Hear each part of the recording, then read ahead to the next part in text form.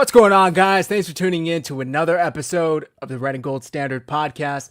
My name is Zach Hernandez, and as always, I am joined by my co-host, Mike Andrews. Our guy, Matt Llewellyn, will be joining us shortly. He is putting the kids to bed currently. Thank you guys for rocking with us tonight. It's been a while. It truly has been a while. It's the off season, but also I'm getting married in literally a month from today. So got a lot going on. It's hard to get our schedules to match up. So we apologize for the break that we've been on.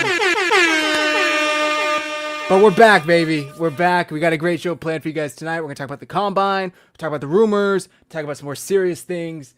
We're going to get in all of it. Mike, now that I got that out of the way, how you doing tonight, man? I'm doing well, man. I hit a little slump in my bowling career. So my average is really close to 200, right? And so that's what it takes to like qualify for like PBA if you want to do anything like that, right? And so I'm like, all right. And now I'm looking up all the rules. Good night, Sin. Thanks for checking it out. She'll be back on the rewatch. And then I use this brace. I have a really weak wrist, right? And so I use this brace on my arm, and then they're like, you can't use that if you're doing PBA. So my last two outings, I've been bowling without it. And while I'm more consistent, it's just not hitting the right way. So my average is taking a bit of a dip now. I'm back down to like 188. But I'm going to work towards it. So it's good. I like the challenge of it. And that's what it's all about for me. So it's like you hear Matt talk about his golf and everything. And it's like just you and like the field, and there's no one stopping you from being good. Like that's where I am now. So I'm excited though. I'm excited about your wedding, man. Like sports, we're back talking about meaningful stuff now. So I'm all ready for it. I'm ready to rock and roll. Yeah, that's awesome, man. It's funny. I was actually supposed to go bowling Saturday with my family, and then scheduling, I can't make it, but I was thinking of you, and I'm like, oh, I'm going to send my scores, show them pictures of how good I do. I don't do well. Last time I went bowling, I hit one strike, and that was it. Like literally the first time I went up, whatever it's called, first toss, first swing, I hit a strike, and everybody was like, oh, crap, look at this guy. And I'm like, yeah, I know. And then nothing. And then it was everything like, womp, womp. Straight downhill from there. So beginner's luck, I guess, but it's fun. Yeah. It is fun. Need to do it more often. But yeah, it's nice to be back, man. It's been a bit. We don't talk about what happened at the middle of February. That's a whole nother thing. That's out of my mind. I don't think about it. This is the first year without a Super Bowl champ, believe it or not. So crazy stuff happened.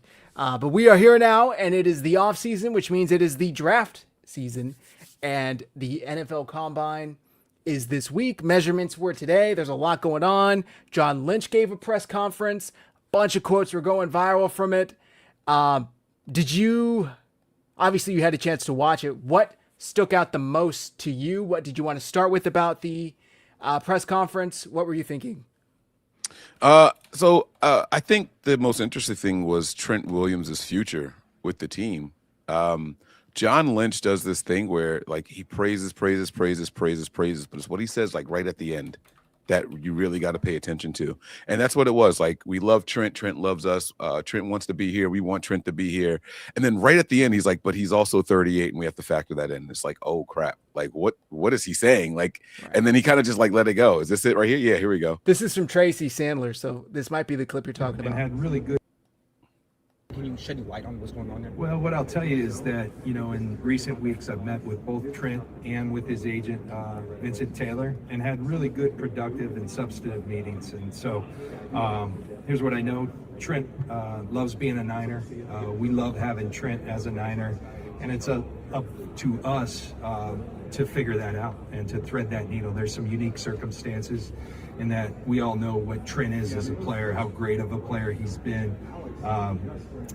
He's going to be 38 years old, and so there's some things that go into that. But I think we're all on the same page and feel very positive about where that's going. Is it years? Can you shed any light on what's going on there? Was that the one you had in mind? That's exactly it. Yeah. I mean, it's just like, why throw in the age thing? Like, we all know how old he is. Like, why'd you throw that in there? I don't know. I think they'll get something done. I do. And I'm hoping that he's here for at least 2 more years for one reason. It's really selfish of me, but if he can get 2 more seasons here, he would have been a Niner as long as he was a Washington, at the time, Redskin. And so it's no longer the Niners got this guy from there. Like his legacy could be cemented as a 49er. So That's what I want it to be, not like the Washington guy that the Niners got. No, like this guy was a Niner. You know what I mean? I'm hoping this for Christian McCaffrey. Like, let's have him longer here than what we had than he was in Carolina. So when this first came up, the first tweet that I saw about it was Adam Schefter, and it just so happened to be about 30 minutes before. This was the tweet that came up 30 minutes before John Lynch was scheduled to go have a press conference at the draft. And Adam Schefter said, with five-time All-Pro left tackle Trent Williams scheduled to carry a $39 million cap number this season, he and the 49ers are currently are struggling to find a contractual solution per league sources. If the two sides can't bridge their differences in their standoff, Williams would be expected to join this year's free agent class, making him one of the premier players available. Am I the only one that thinks that this exact quote came straight from Trent's agent to Adam, and Adam copied and pasted and hit tweet? Yeah, this is exactly what it is. Great posturing, put the pressure on him to address it publicly right before he's about to speak. I mean, that was really good. This is how agents should do it, not scrub everything Niners from your social media pages right. And like just demand a trade and all, like none of that nonsense. Like, this is how you're supposed to do it. Just put a little bit of pressure on him, let him know that it matters, that it counts, knowing that he's about to speak. That's what you want him to do. Like, make it clear that your guy wants to be there, and put the numbers in it too. Put the numbers in there, right? Like $39 million of a cap hit, you can restructure that and save some money. And that's probably what the Niners are going to end up doing. From my understanding, there's not a lot of guarantees left in his contract. And so that's basically what he's looking for. You're not going to let that guy hit the field, knowing that he hasn't finished a full season in a long time. He did play 16 of the 17 games this year, so it was a relatively good season for him as far as availability. And he started rough, finished really, really strong. So, get him in early. None of this off to the side and then coming in week one type nonsense that we don't need that. Let him go ahead and get his legs under him and be ready when week one rolls around. So go ahead and get that restructured. But I do believe what you said is true, that it came from the agent. Am I also wrong for thinking this is pretty much a yearly occurrence at this point with Trent? It's not happened every other year, 2-3 years. Yeah, I feel like every other year that we're back in the same exact spot with Trent every time. And it's a little annoying if I'm being honest with you. I want the players to get theirs, right? But it's like at some point, what are we doing here? Well, I real quick, I agree with this. They do only have themselves to blame because they've neglected the fucking position for so long. What are they going to do? Who are they going to play if they can't keep him? There's no way in my mind that they cut him because he has virtually the same cap hit if he's here or if he isn't here. So there makes no sense to cut him. Same, I think, for trading. I think there's like a $4 million difference if they trade him or not. That would make a little more sense to me. But still, what is the plan? Unless they trade up and draft a starting left tackle in this year's class in 2 months, then I could say, okay, maybe they found his replacement. But he has them by the balls because they have done nothing to find, groom, train his replacement. So they only have themselves to blame. Yeah, I completely agree with you. They've neglected the line in general for far too long, and especially that position is such a major position for right-handed quarterbacks, and that's what we have here. They've got to do something, man. And whether or not they get the extension done, they still should be drafting a left tackle within the first 5 rounds. Like they got to get somebody that they see some potential in and start training these guys up. They have to. Yeah. It's unfortunate, but this is where we're at. That's with the 49ers. I saw a tweet. I should have saved it, but it was talking about how since the 49ers have been in this tenure with John Lynch and Kyle Shanahan, they've had, I don't know how many picks, right? And only 2 players for the offensive line have been in the first 2 rounds. Only 2. Mike McGlinchey, and I can't even think of who the other one was. Aaron Banks was a second Aaron round Banks, pick. Thank you. Pooney, I think, was a 3rd round pick, but still, it's like, Mike, I really don't understand it. We've heard Kyle Shanahan talk about how he values scoring players, skill position players over offensive linemen. But when you see year after year after year, it's the teams with the best offensive lines and defensive lines, but mainly offensive lines that are successful come February. I don't know how that hasn't like been hammered into his head. Think of how the 49ers last few seasons have ended when they did make the playoffs. They got decimated by the Seahawks 2 games in a row this year. 2 years ago when they made the Super Bowl, they got ultimately beat at the end by the Chiefs because they couldn't block Chris Jones. Purdy had no time, even though he had a wide open Brandon Ayuk in the back of the end zone. Couldn't hit him. The year prior to that, trying to think, that was the year that Purdy tore his elbow, I'm pretty sure. Again, they couldn't block Hassan Reddick. Year prior to that was, I think, the year that 2021 where we lost to the Rams. We couldn't block Aaron Donald. We are asking Colton McKivitz Daniel Brunskill and Tom. Mike McGlinchey. Gosh, Tom, I'm forgetting. He was all tatted up. Tom Compton to go out there and block them. The best of the line. It's been year after year after year, Mike. Is this the year something finally changes? I think they address some of the offensive line, but I don't know if it's the year that something changes because it's not their philosophy, right? They feel like, and this is going to speak to the, I'm not going to say arrogance because that has a negative connotation. It speaks to the confidence that Kyle Shanahan has in his ability to just call plays. Like every play, if there is a blitzer, it's a built-in blitz beater. The solution is built into the play.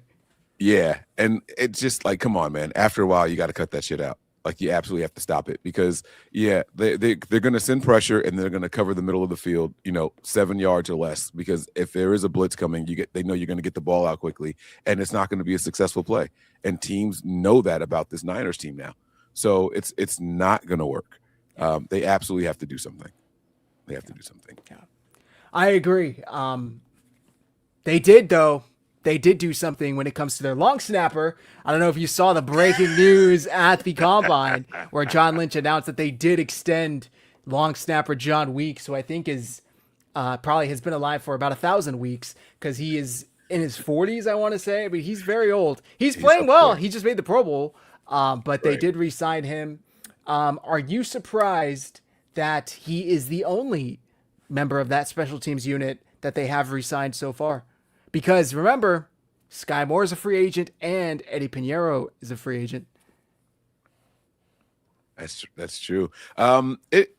It's kind of surprising, but at the same time, the success of the special teams unit this year is kind of like it was makeshift. And so if we did it last year, we can do it again.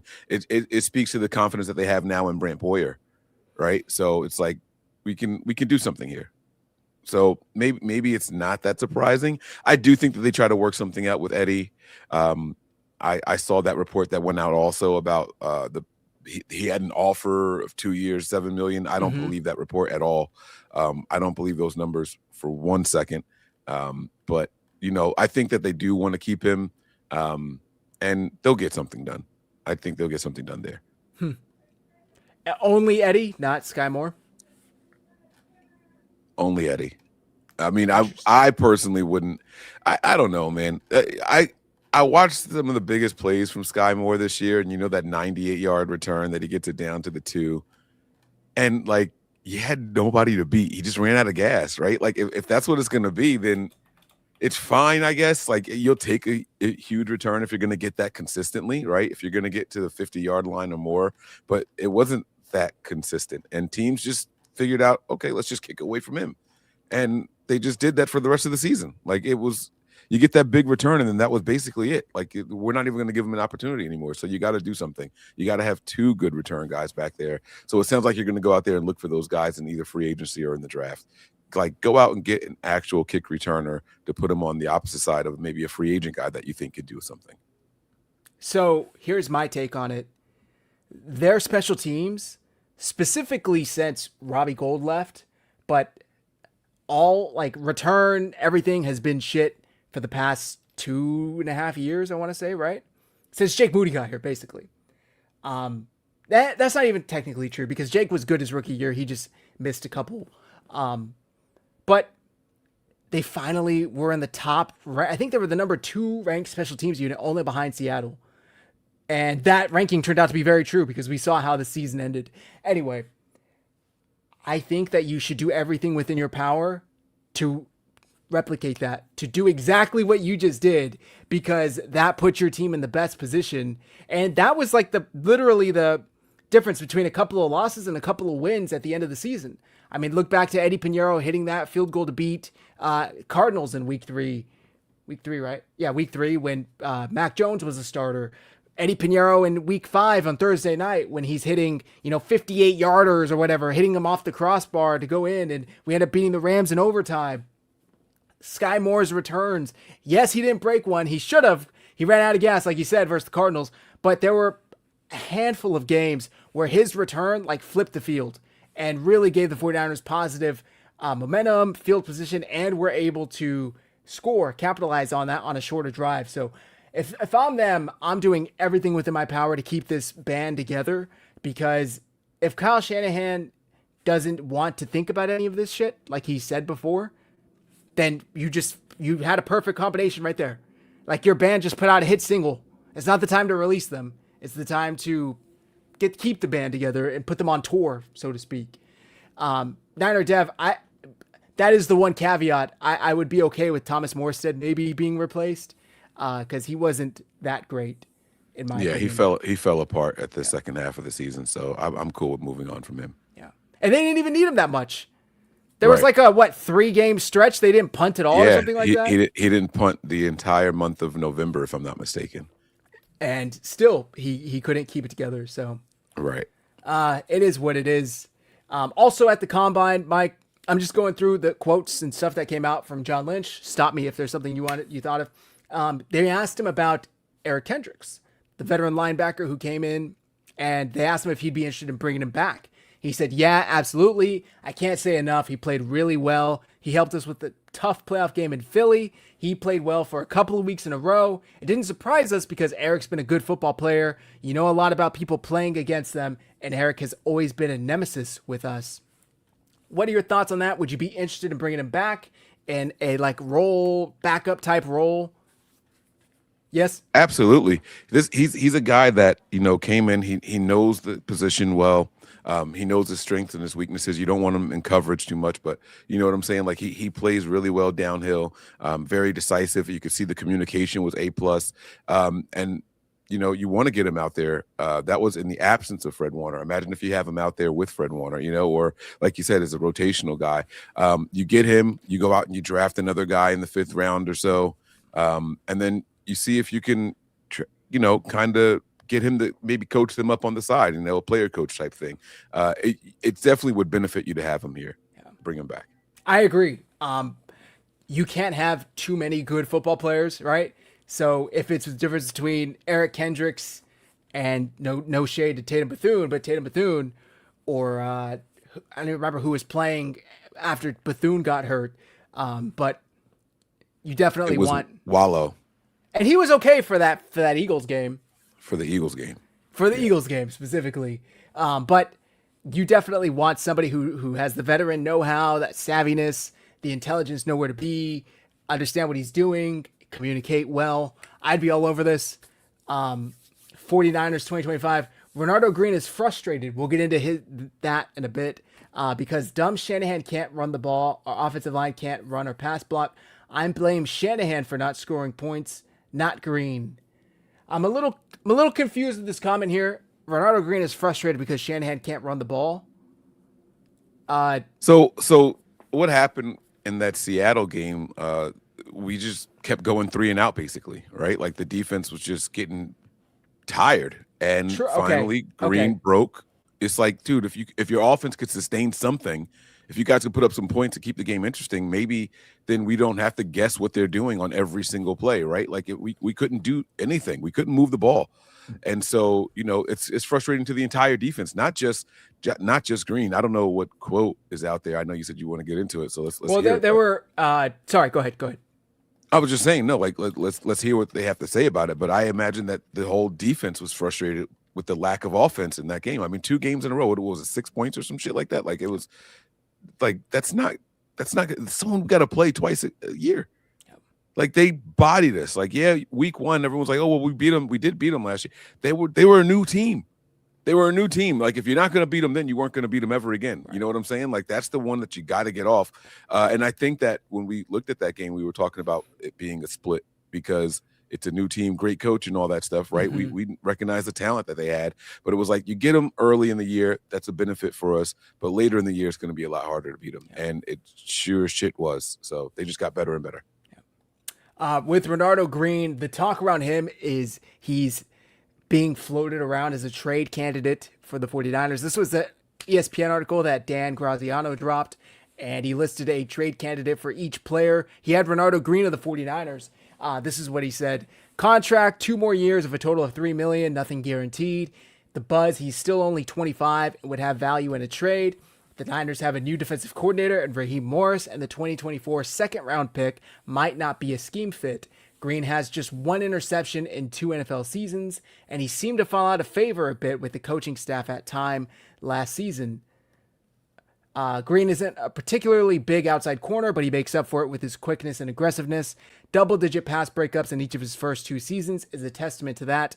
The coaching staff got frustrated with mental lapses and unnecessary aggressiveness last season, and teams will call accordingly to see if Green has run out of time in San Francisco. Predicted chance of getting traded, 80%. Potential team fits, Cowboys, Falcons, Eagles, which cracks me up because those are probably the 3 teams they would send him to the least. I guess I'm a little confused here because he didn't have a great year. He was hurt. He had that neck injury that nagged most of the season. To be honest, it kind of reminds me of like Ricky Pearsall. I think he has a great potential, and I think he can be a really good player for the 49ers. But we haven't seen it yet, and the same people that are wanting to trade Ricky Pearsall after the season we just had, you realize you're selling like almost at the lowest of the low. Right. You would get almost none of your... What do you think they'd get? A 5th round? A 6th round pick for him? Swap of 6ths? I think you're muted. I think a 5th is being very generous, if I'm being honest with you. And I wouldn't give up on him. The kid has a lot of talent, if I'm being honest. Like, if you look at him when he flashes, the flashes are like there. Yeah. Right? Yeah.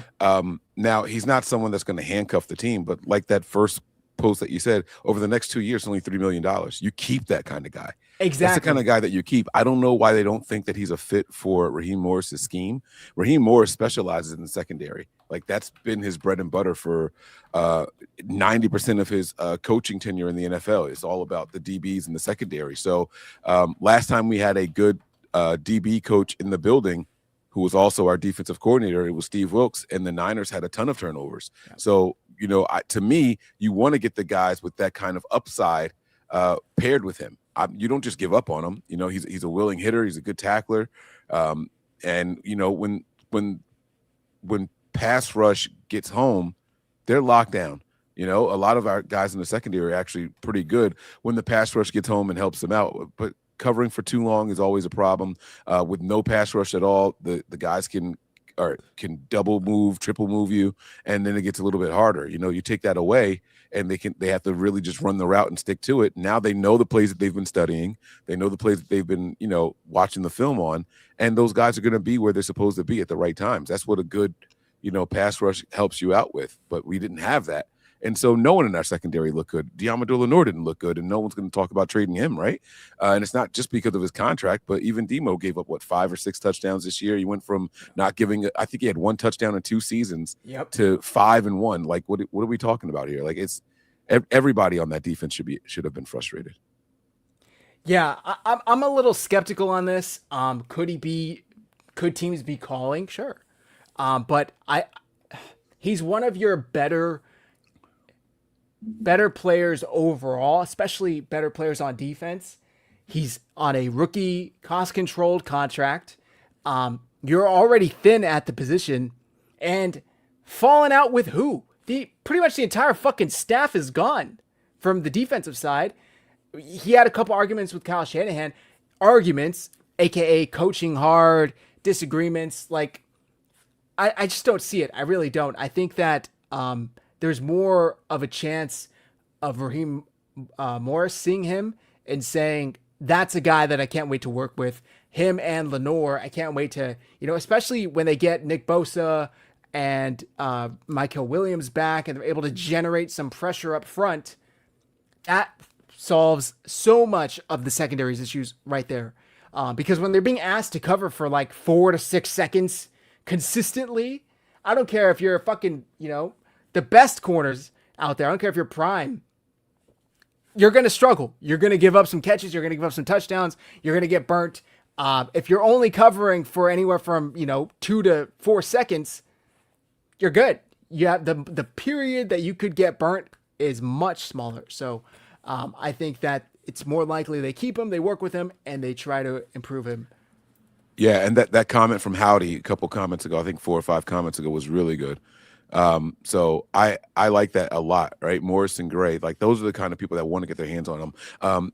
The quote from Graziano made it seem like that Raheem Morris doesn't like aggressive DBs. That's not true at all. He likes those feisty guys, and he likes guys that can get their hands on people. So and his secondary turns the ball over. Like that's what you want to see.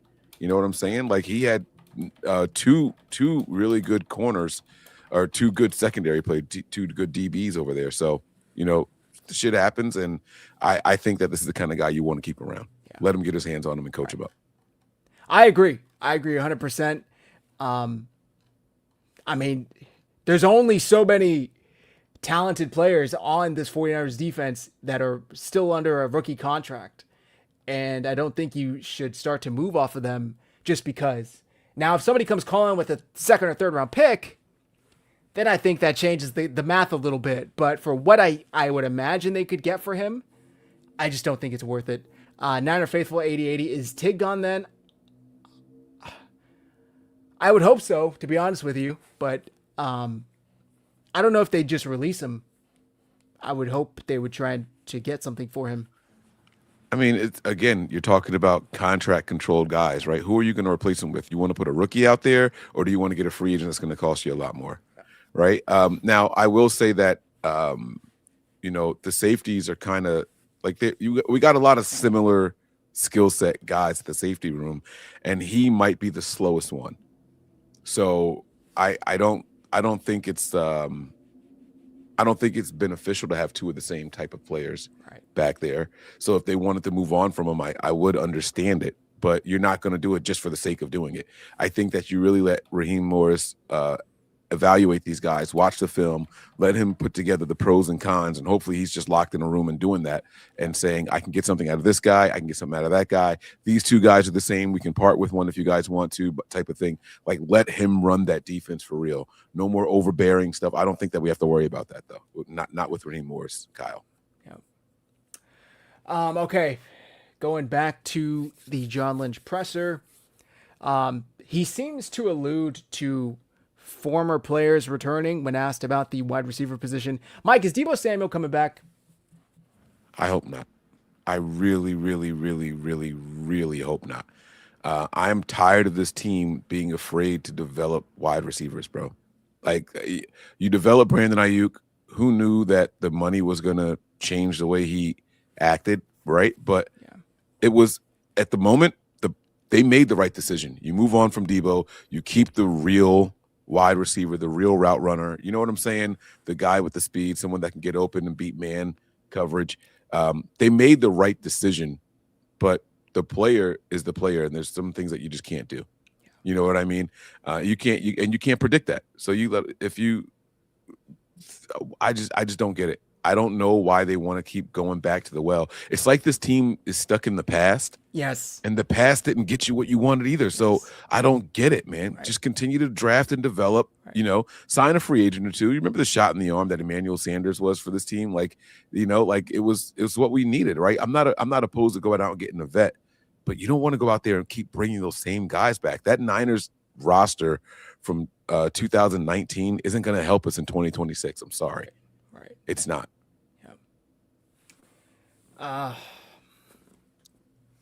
This comment, SDBRFC 1997. Yes, he is coming back and will likely be the biggest name they sign, which just proves even more Kyle can't develop shit on offense, only scheme for it. I think that's kind of funny because he was developed by Kyle. And I think I would argue Brandon Ayuk was as well. George Kittle, Brock Purdy. Yeah.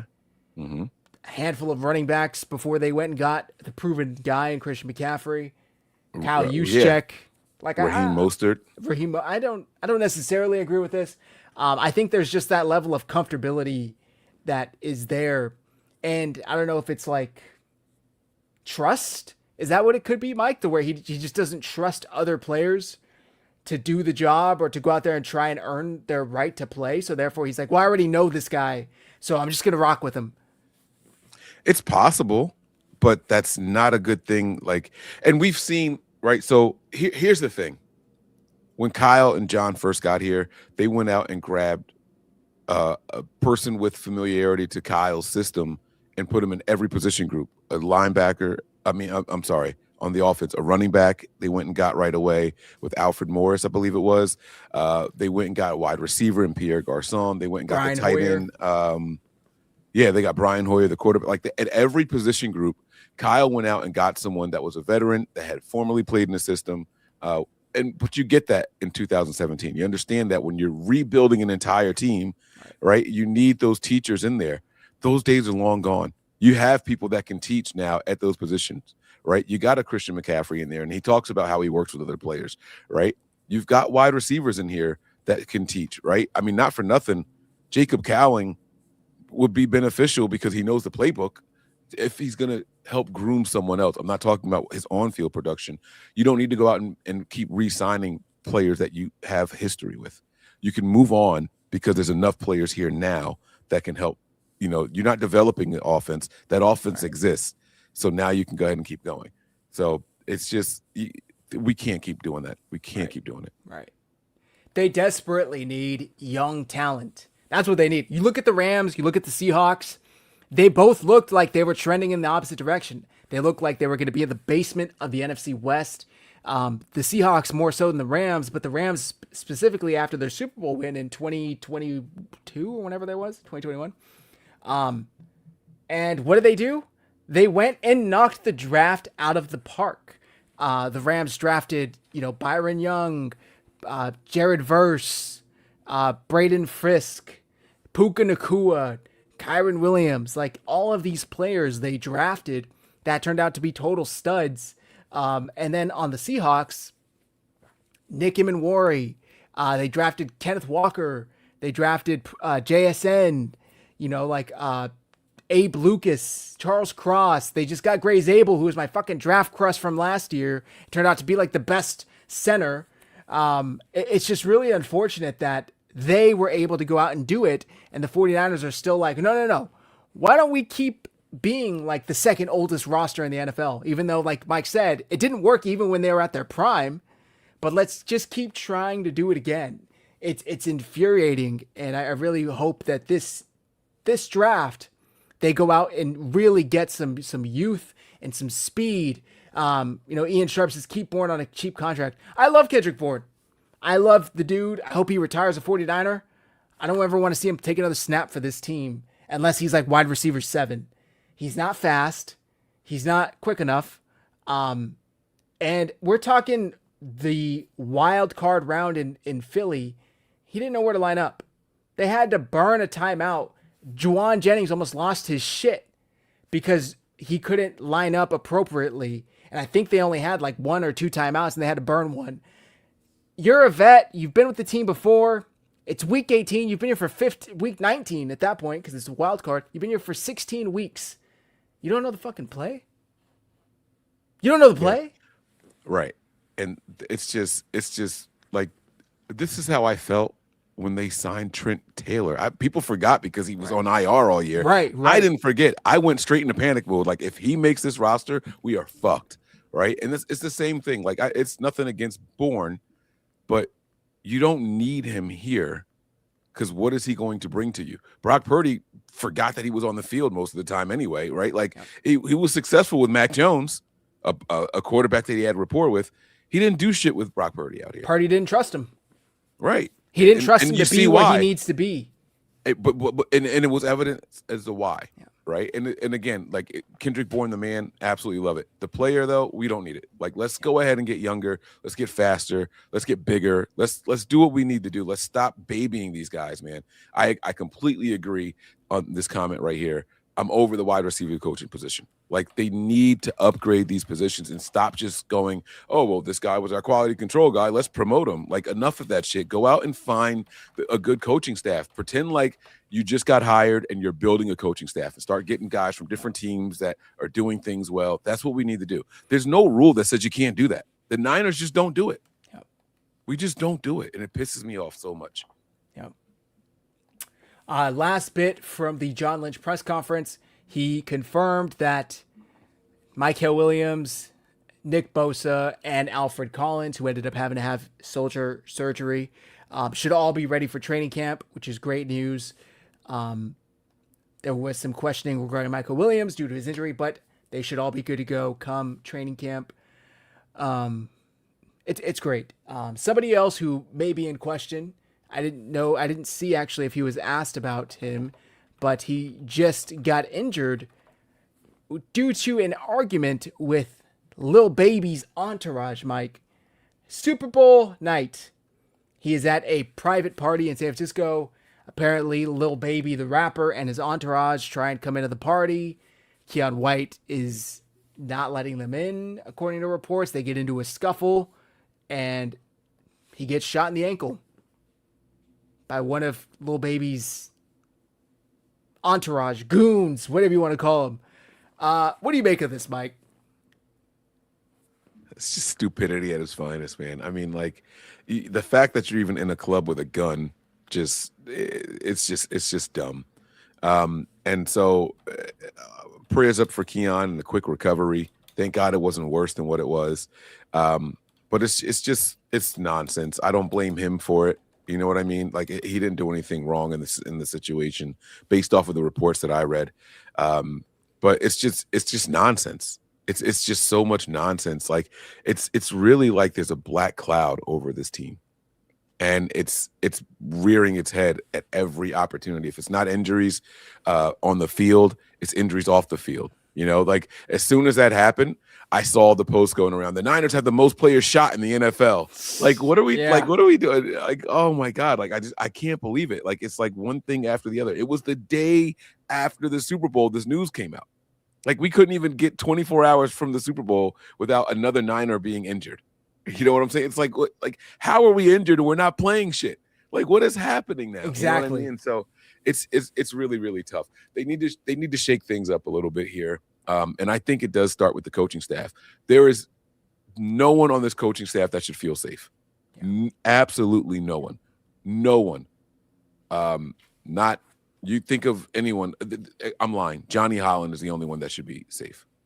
I think that he is working with every linebacker in that room, and he is getting some production out of these guys. Kudos to Johnny Holland. He's the only person that should be safe on either side of the ball.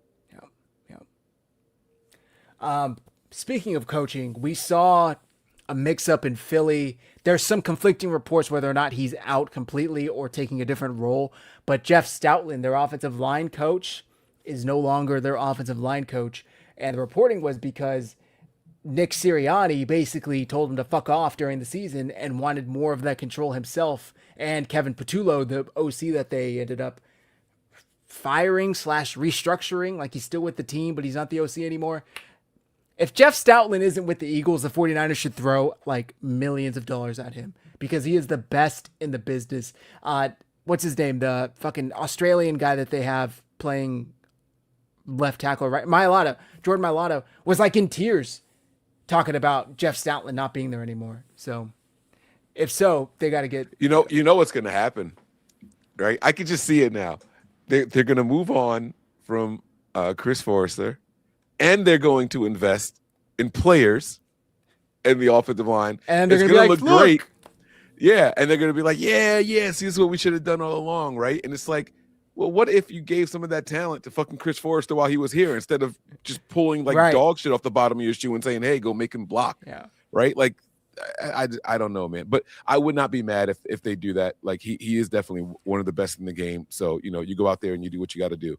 I don't know if he officially retired. I see the question there from Howdy. I don't I'm think not he sure. did. No, the reporting that I saw was that he was just not going to be the offensive line coach for the Eagles anymore, but that he still had desire to keep going. But then there was also some reporting that they took him away from the offensive line coach, but he still had a role within the team. So I don't know. It's the same story that came out of Cleveland with Jim Schwartz, right? Yeah. Like we don't want him to go anywhere. He's like, well, then fuck it, I'm going to retire. So now people are like, did Jim Schwartz retire or not? I don't know. I don't know. Like it's just weird, man. It's really, really weird to me. They have to.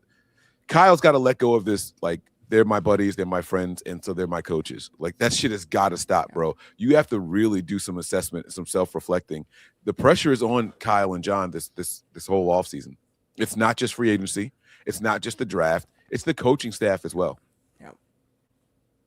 Like I like that comment right there from Tony. Right? Forrester is a really good offensive line coach. They're not giving him shit to work with. They're not giving him anything. How can we do this? Tell me the last draft we didn't say the Niners got to address the offensive line. We were begging for centers for the last 6 seasons, bro. Yeah. Yep. Like that's just the center position we've been begging for. All right, well, we got to bring somebody in that's going to take over for Trent at some point, right? Trent's got 2 years left. Let's get somebody on a 4-year contract that he can groom and blah, blah, blah, blah. Make him a swing tackle. Maybe bump him in at guard. But let's do this. They don't do it. Yeah. They straight up don't do it. They ignore these positions for so long. And the coaches are the safest coaches I've ever seen in my entire life. I don't understand how these position coaches are just as untouchable as they are. They're freaking bulletproof. And when I said at the beginning of last offseason that Kyle has a black cloud over him, people thought I was crazy. And they were like, what do you mean? I don't know that established coaches want to come here and coach for Kyle Shanahan. I don't know that to be true. Raheem Morris is going to be a test, but they were friends 20 years ago, right? So that's not really going against what I said. You know what I mean? They made a play for Vic Fangio. He didn't want to come here. He didn't want to do it, right? Jim Schwartz was like the name that everyone's throwing around, but Cleveland had him locked up. You can't use that as an example. Tell me the established coach that they went out and got, not named Chris, whether it be Kocurek or Forrester. Tell me the established position coach that they went out and got that came here, right? Kocurek, I get it. You went out there, you got him. I can't stand the guy. Forrester, 90% of the fan base hate him, right? So it's like, okay, where are the rest of them? The special teams coach, I would argue, that's the last one. And he came because of Robert Saleh. Robert Saleh. Yeah. You know what I was like? I mean, so like, get the guys in here. Do it. Like, you got to kick the butt. You got to kick the can on some of these, some new faces. Get some fresh blood in here. You know what happens when you hire a new position coach? The complacency of the players now start, oh shit, I got to shape up. Right. Oh shit. Right. Like I'm not you're buddy with all these different position coaches. They're gonna be like, they're not gonna get rid of me, man. Like they understand what's going on. Like they get it. They get it. No, you shake up those position coaches. Guess what's happening next? If these players aren't performing, you guys are gonna be the next guys out of here. That's what we need. We need some fear instilled in this locker room. Everybody is like buddy. It's other than Kyle's temper. There's no fear. Right. There's no fear. Everybody's safe, and you can't run a team like that. It's ridiculous.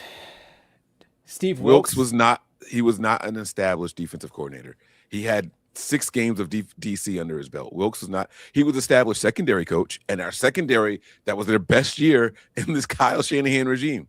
It was their best year. I credit Wilks for the success of the secondary. The failures of the defense was because he was an inexperienced defensive coordinator. Yeah. Next topic, Mike. 2 players, one on the 49ers, one not. Do you see them being moved? Let's start with the first one that is on the 49ers, Mac Jones. There is reporting coming out of the combine. Let me pull up the graphic here I just saw. That teams could be inquiring about Mac Jones. He's kind of the buzz at the combine for the 49ers. Do you think they move him? Do you think there's a big market for him? I do think that there's going to be a market for him. So here's the best thing that happened to the Niners. And this is going to, it might be this from your brain because I know you said that the Super Bowl didn't happen. But the best thing that happened to the Niners this year and going into this offseason was Sam Darnold winning a Super Bowl. A lot of people credit Sam Darnold's success to Kyle Shanahan and Brock Purdy, right? And so if you can do that with Sam Darnold, what can you do with Mac Jones, another first-round pick who was learned from who? Kyle Shanahan and Brock Purdy, right? All of a sudden, our backup quarterbacks have a value, right? And when you look at the 49ers picks right now, they only got 7 of them. We don't have a 6th. We don't have a 7th. We've got 1 second, 1 third. I mean, 1 first, 1 second, 1 third, 3 fourths, and a 5th. And those are comp picks, by the way. The 4th, the 2 in the 4th, and 1 in the 5th, those are comp picks. So we don't have a lot to go on. If this was a year where we had 8, 9 picks, I'd be like, nah, let's keep them. We really, really need them. But the lack of picks right now and the value of what you just got from Sam Darnold, I think I'm more and more inclined to think that they're going to be moving on from him just because they're going to get an offer that they can't turn down. And here's the thing. If you let him walk in free agency next year at the end of this coming season, you're going to get a third for him because he's going to get signed somewhere. So that means that they can tell teams, hey, we're not taking less than a third for him. If you really are serious about him, we're not taking less than a third. And that can be a huge piece that the Niners use to manipulate the draft. They can trade up. They can trade back. They can use that piece, and they desperately need it. They desperately need it. So the longer I think about it, I think his value is not going to be higher than what it is right now. You go out there and you pull that trigger if you get the right offer. Now, if he leaves in free agency after this season, they're going to get a 3rd-round pick. Therefore, my mind goes to if it's solely draft picks, there's no player involved, there's no swap, anything, it has to be at least a 2nd-round pick. Do you agree with that? Absolutely. Yep. Absolutely. Okay. Got it. So, and then people are going to say, well, who's going to be your backup? We drafted a guy, Curtis Rourke. Isn't that what his name Curtis was? Rourke. Yeah, Curtis Rourke. Yeah. So, I mean, we got our backup. Let's go, man. I have 2 actually potential backup quarterbacks, Mike. Uh-oh. Okay. I'm listening. One, I know you'll know I'm already going to suggest, but the other one, he was just released by the Atlanta Falcons. Kirko Chains, baby. I think Kirk can come in here. Excuse me, bitch. And take that backup role, get paid, have a nice, comfortable job, reunite with Kyle Shanahan, be that security blanket. If anything happens to Brock Purdy, he can come in. Kyle Shanahan is somebody he knows he can rely on, and his offense that he's comfortable in. And the other one, I obviously don't know his contract situation, but I will never give up on him. Jameis Winston. Get Jameis Winston to San Francisco, because it would just be pure cinema, baby. It would be amazing. He would be the next Sam Darnold, Mac Jones, yada, yada, yada. You know, they'd be talking about J-Bo. So Jameis Winston is the new NFL's, as far as on the field production, he is the new Ryan Fitzpatrick, right? So I love that. But he is prime time TV. Mic this guy up. Yes. Just let him do whatever he wants to do on the sideline. I'm not mad at those 2 names that you said. The Kirk Cousins thing, Kyle finally gets his guy. Will it start a quarterback controversy? I don't think so. I don't think that anyone thinks that Cousins is going to come in here and take the job from Brock Purdy.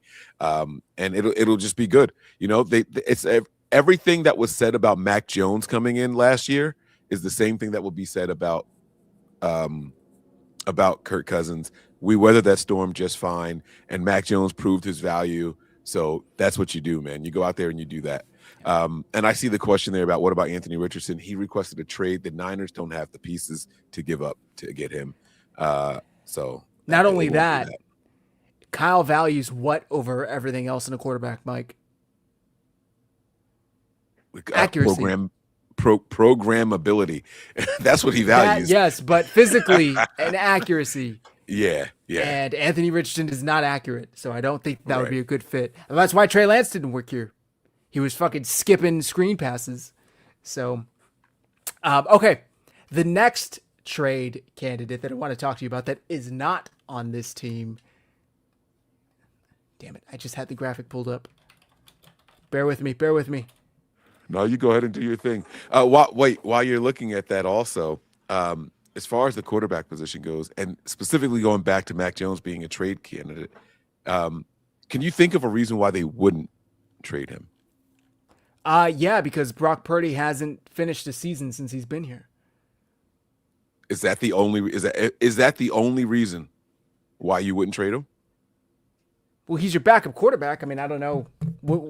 I mean, I guess the other reason would be to stop a team from being good. I don't know. What other reason are you thinking about?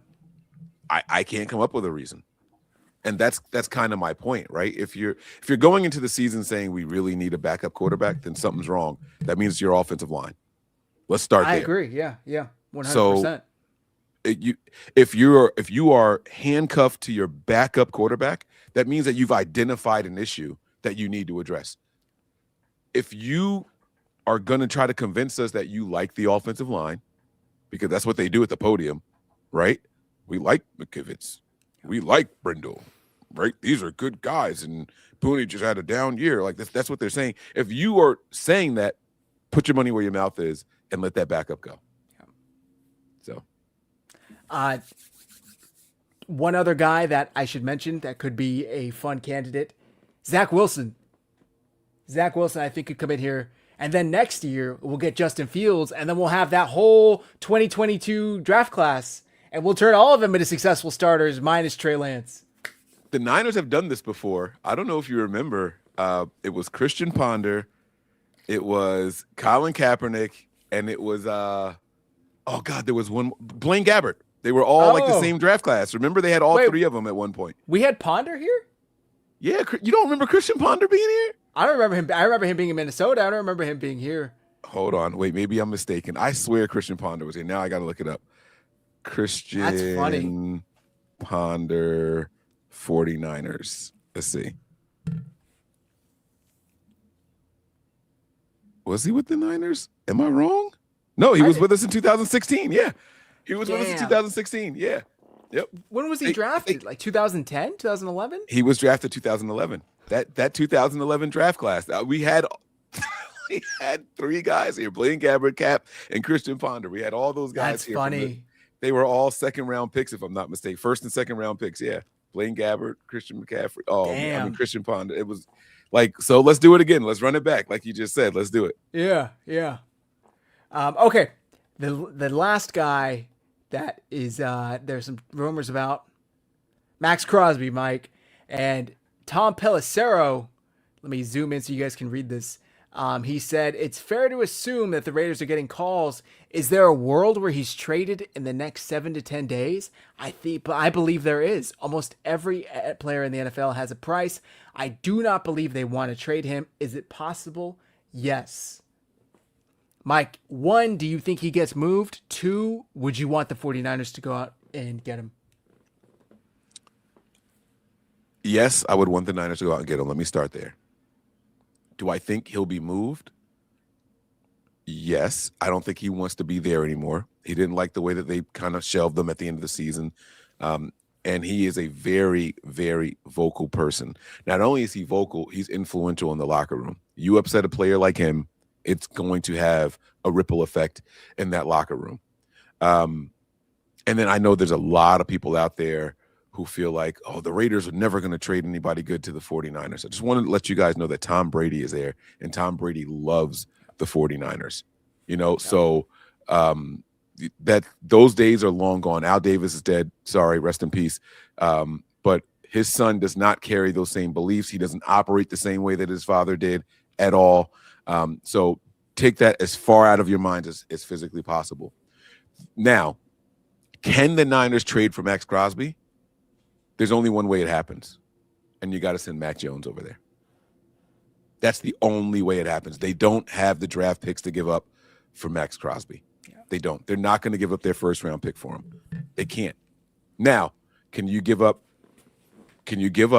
God dang it! Mac Jones and let's say a 4th rounder, and you get Crosby in a 7th. I would do something like that. We don't have a 7th round pick. We don't have a 6th round pick. I would do something like that for sure, because you're going to be taking on some money. He's going to probably need another contract in a year or two. Like, so I don't know what his contract status is, so forgive me for that part. But yeah, that's the only way. Pretty, from what I remember, it's pretty, let me see if I can search. I think, that he has a, gosh, I forget what injury he has, but he just had surgery. This is per Hayden Winks. Max Crosby contract is extremely tradable. Only $5 million in dead on the Raiders side. Inheriting team has $30 million guaranteed in 2026, which is no problem. The rest of the contract is just $28 million team options. So it's a very workable contract. Absolutely. I say send Mac Jones, Brandon Ayuk, and Bryce Huff with a 5th round pick, and you get Max Crosby back. You got to get a pick back though if you're sending that much. Send a 7th. Hear me out. Hear me out. Who's more valuable to a team? Just close your eyes and just picture this: a defensive end, forget the name, or a starting quarterback. Which one's more valuable to a team? Quarterback. There you go.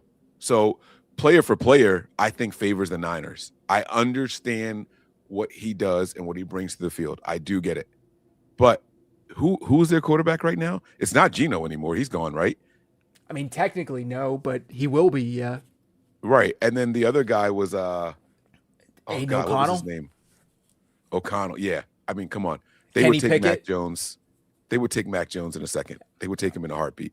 That's the move you make if you're the Niners. Tom Brady, he's got some connection there with Tom being with New England, and I don't know. I think I don't know. There could be something there. I've heard reports that the 49ers are like all in on Max Crosby and have been for a year now. So we'll see what that translates into. I know Matt, I wonder if his opinion has changed, but I know earlier in the season, we had talked about him, and he said definitely not. He wouldn't want him due to the injuries that he's had. Does he have a long list of injuries, or was it just the one like recent? Let me see. Here, let me see. I got you here. I mean, I know that he had that knee injury. Oh, he had meniscus surgery in January. That's right, in the left knee. And Matt said that that's not a great. It's not something you want one of your most expensive players to deal with. He also wanted to play through it, so it doesn't sound like it was like really, really, really bad. You know what I'm saying? Like, I just don't know that it was. He again, you have to. Yes, he had the injury, right? But he was upset that they shelved him. He wanted to play through it, which means it couldn't have been as debilitating as what they make it sound. The injury itself, I get it, but that's not it. So December 21st, the Raiders put him on IR with the knee injury. And October 19th, it said knee unspecified strain. December, the previous year, he had a pedal ankle, high ankle sprain. And then September, he had that same injury, grade 3, high ankle sprain. So that's his entire injury history. He's had three knee surgeries since 2021. Yeah, I bring that guy in because they'll count a scope and a cleanup as a surgery also. So like that's not, you got to know like what's going on. Did he have anything like reconstructed? Did he go? You know what I mean? Did he have anything like repaired, replaced? Like was it cleanup type stuff? So, and the production is still there for sure. I mean he's 28. He'll be 29 when the season rolls around in preseason. I say you go out there and do it. That's a lot better than, in my opinion, that's better than a Henderson. Yeah. Hendrickson. Agreed. Now, this move, how much would that move the needle for you, Mike? If we were to do it and we're getting rid of Mac, I'm celebrating because now you got this guy opposite of Nick Bosa. Are you kidding me? It would be insane. It would be Are you insane. kidding me? You got two bookends in Bosa and Crosby, and then you got Mike Hill Williams in the middle. Bryce Huff, if he stays, rotating in, Sam Okuwanu rotating in. I mean, it would be insane. Absolutely Yeah, insane. and So. all the defensive linemen that you just got. You got Collins coming back. You got oh my God, West coming back. Like these guys are like this is what you built this line for. This is what you've been hoping for. You want that guy opposite of Bosa so you can really put those guys in at the defensive tackle position to get after the quarterback. That's why you go out and get guys like Michael Williams and West. Like that's what you do. That's why you went out there and got Collins. So that's exactly what you had in mind. You were looking for that one piece opposite. That's your answer right there. Yeah. That's it. Yeah. Both of him and Nick Bosa, same amount of years of experience. And if I'm not mistaken, Crosby's got more sacks than Bosa does. He's been more productive than Bosa, mainly because of the time that Bosa's been missed. But, I mean. On a worse team, too, where he's got nobody else. Like, it's Yeah. all him. Who else on that Right. Raiders defensive line? Christian Wilkins before he started fucking fingering buttholes and shit in the locker room? I would do it, man. I'm definitely pulling that trigger, like 100%. No, Agreed. you know what? As a Niner fan, I talk probably about the shouldn't trade. pull Talk more about the triggers. trade. Yeah.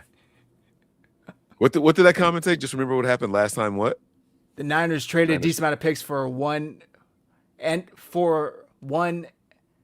a 1-4 player. It set this rampage back, and it partially the reason why the roster has the holes in it. They're not giving up 3 first-round picks to go and get Max Crosby.